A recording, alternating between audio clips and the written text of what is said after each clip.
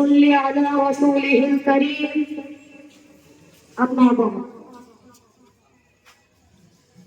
ہم اپنی جان کے دشمن کو اپنی جان کہتے ہیں، ہم اپنی جان کے دشمن کو اپنی جان کہتے ہیں، محبت کی کسی مٹی کو ہندوستان کہتے ہیں۔ محترم حضرات، سامعین اکرام اور صدر مدرس،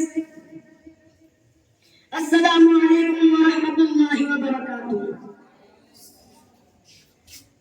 سب سے پہلے میں آپ تمام حضرات کو ملک ہندوستان کی آزادی کا مبارکباد دیتا ہوں۔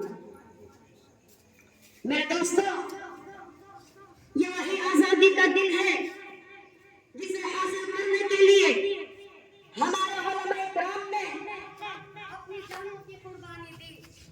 میرے دوستو، یہ وہی آزادی کا دن ہے جسے حاصل کرنے کے لیے ہمارے علماء کرام نے اپنے جان کو قربان کیا۔ میرے دوستو، یہ وہی آزادی کا دن ہے جسے حاصل کرنے کے لیے